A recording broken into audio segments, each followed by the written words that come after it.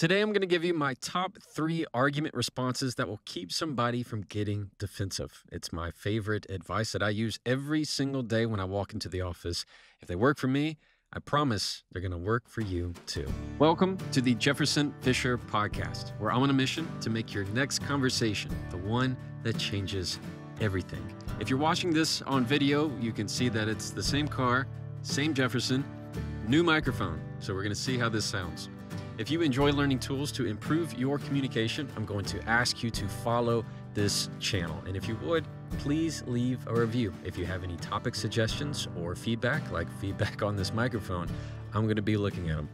When things start to get heated in a discussion, and you can tell things aren't going well and temperatures are on the rise, here are 3 responses that you can use right away to help turn a potential argument back down to a conversation. Number 1, you tell them what you agree with. You tell them what you agree with. Now, hear me out. That does not mean you need to agree with a single word of what they said. Instead of focus on the content of the message, instead focus on the subject matter. For example, I agree that this topic is worth discussing. I agree that we need to have this conversation. When they hear the phrase, I agree, it automatically breaks down their wall. Number 2, you tell them what you've learned. You tell them what you've learned. For example, after listening, I've learned that this topic is important to you. When you say I've learned, it makes them feel like they've educated. It makes them feel like they're teaching, and it makes them feel like you're growing in the conversation. It makes them less defensive. Number 3, you tell them what's been helpful. You tell them that they've been helpful. For example, that's helpful to know. It's as easy as that. Thank you for telling me. That's helpful to know. Whenever they hear that phrase, help or helpful, it makes them feel like they've invested in their own mutual understanding, and it makes them less defensive. Now, as you can imagine, I use these phrases all the time because in my profession as an attorney, I deal with conflict every day. I get hired to handle somebody else's conflict. And the crazy part is somebody else hires an attorney of their own to have conflict with me. And so there are multiple ways where I have to use phrases that dampen conversations, that stop things from getting too hot and heated. And these phrases, why I like them so much, is that they help smooth things over. When I can tell someone that I agree with something about what they said, even the topic itself, even though it's surface level, even though it's macro level, just saying that to them calms it down, or what they've been helpful, or I've learned something, or I'm thankful for something. It helps keep the fire down.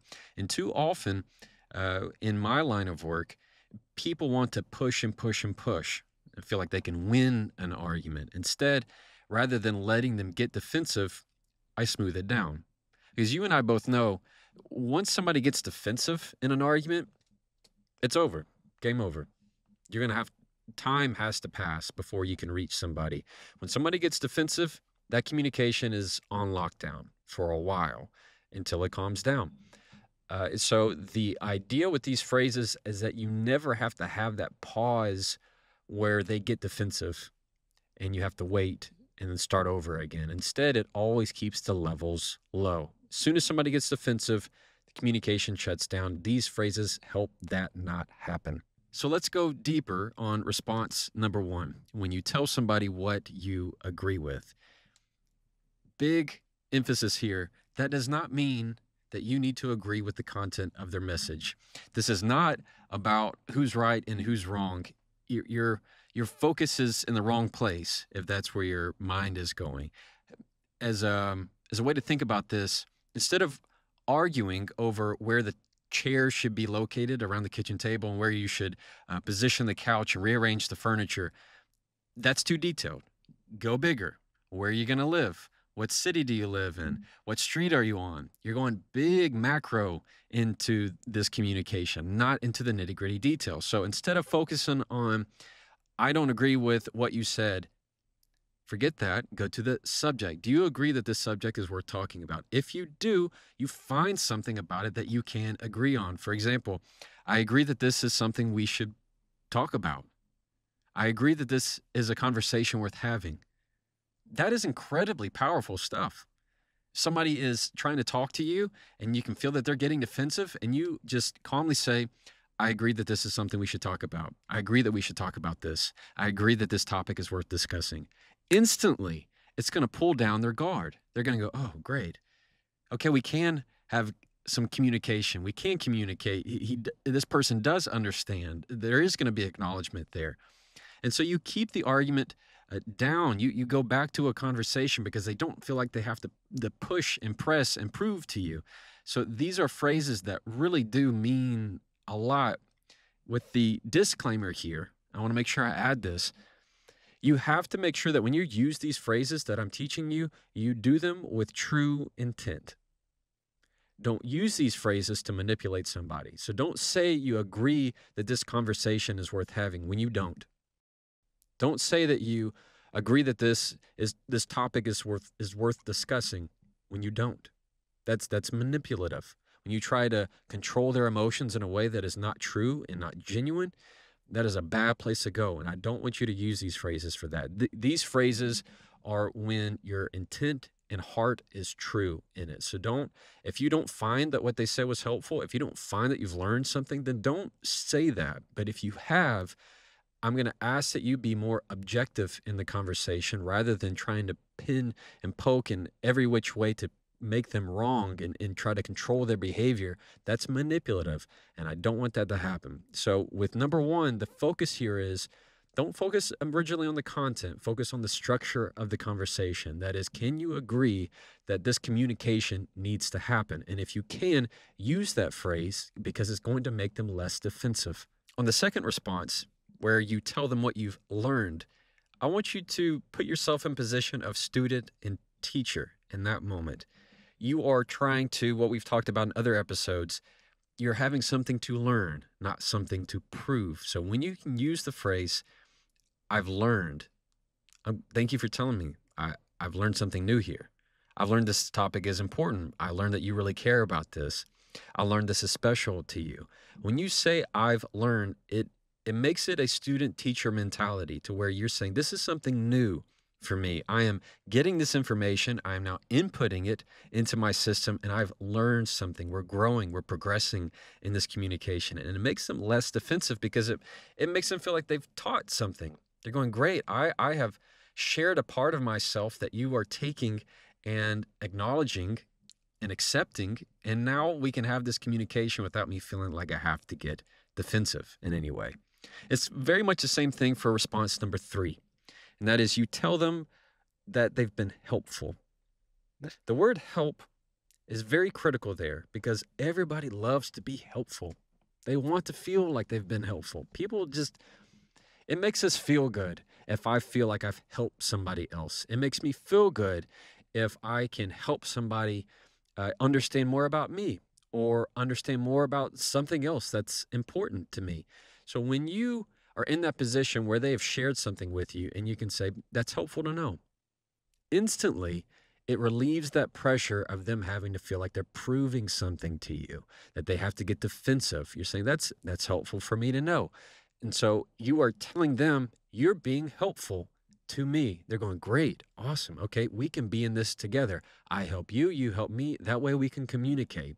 It's that 2 levels of there's understanding and acknowledgement. And when you have that together, that's called connection. And it's an awesome thing. Okay, this is one of my favorite parts of the episode. I get to read an email from a follower. So I have a weekly newsletter where I send a communication tip right to your inbox once a week.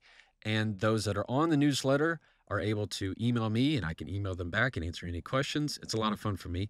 And if you're not part of that newsletter, you can easily join. It's for free. It's somewhere there in the show notes below.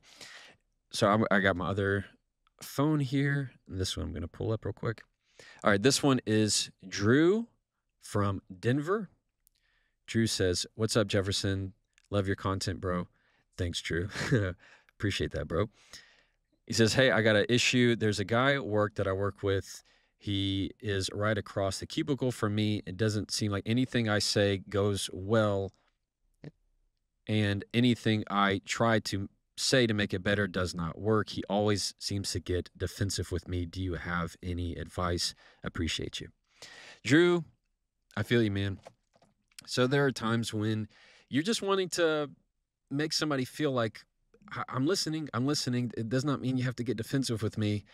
Understand that that says more about them than it does about you. As long as you're keeping your intent true, that you have something to learn in the conversation rather than something to prove, and you can stay curious in that conversation. A lot of the defensive mentality is more revealing of what's going on in their life than something that you are doing or not doing, right or wrong. So I wanted you to focus on the phrases that we spoke about today. And that is, I can agree. I can agree this is worth discussing.